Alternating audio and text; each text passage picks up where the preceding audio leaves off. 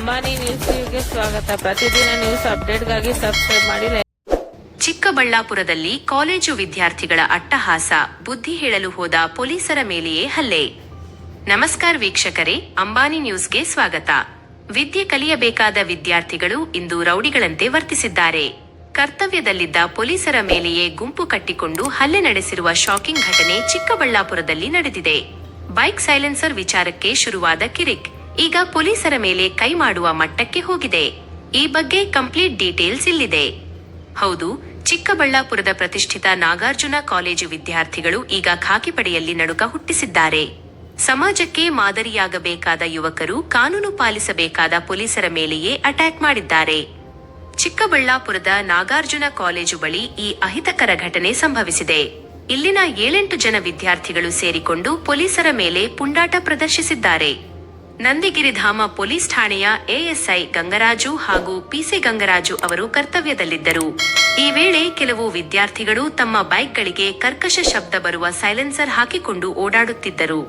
ಸಾರ್ವಜನಿಕರಿಗೆ ತೊಂದರೆಯಾಗಬಾರದು ಎಂಬ ಉದ್ದೇಶದಿಂದ ಈ ಇಬ್ಬರು ಪೊಲೀಸರು ವಿದ್ಯಾರ್ಥಿಗಳಿಗೆ ವಾರ್ನ್ ಮಾಡಿದ್ದರು.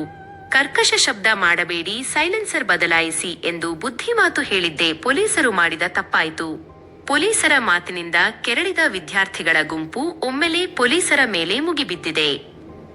ಎಎಸ್ಐ ಗಂಗರಾಜು ಅವರು ಖಾಕಿ ಯೂನಿಫಾರ್ಮ್ನಲ್ಲಿದ್ದರೂ ಸಹ ಲೆಕ್ಕಿಸದ ಪುಂಡ ವಿದ್ಯಾರ್ಥಿಗಳು ಗುಂಪು ಕಟ್ಟಿಕೊಂಡು ಹಲ್ಲೆ ನಡೆಸಿದ್ದಾರೆ.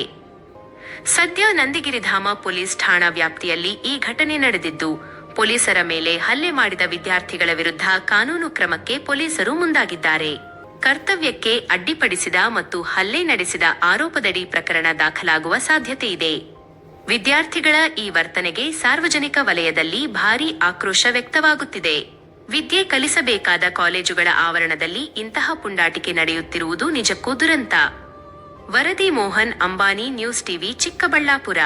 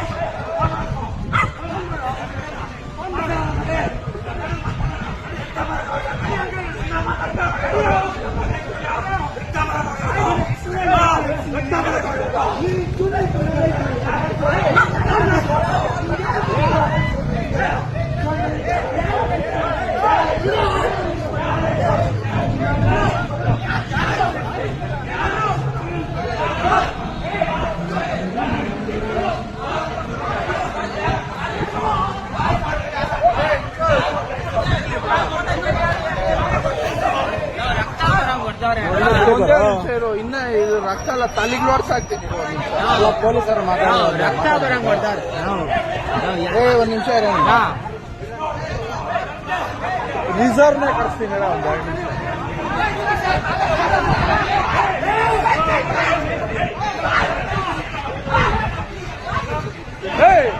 ಮಾಡ್ರಿ.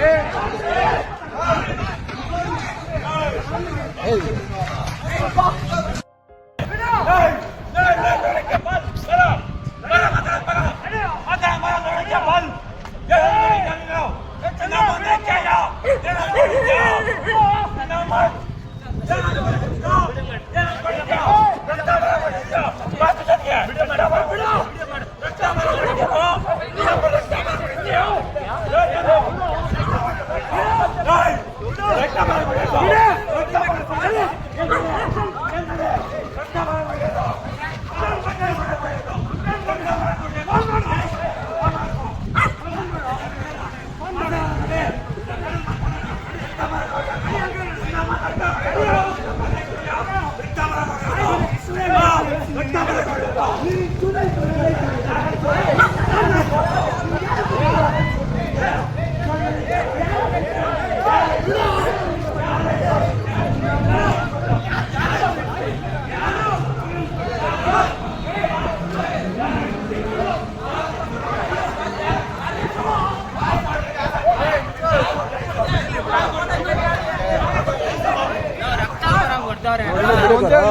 ಇನ್ನ ಇದು ರಕ್ತ ಎಲ್ಲ ತಲೆಗೆ ಲೋಡ್ಸಾಕ್ತೀನಿ ಎಲ್ಲ ಪೊಲೀಸರು ರಕ್ತ ಬರಂಗ್ ಮಾಡ್ತಾರೆ ಒಂದ್ ನಿಮಿಷ ಇರೋ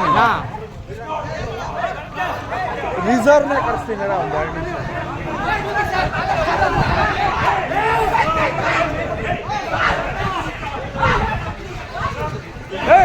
ನಿಮಿಷ ಮಾಡ್ರಿ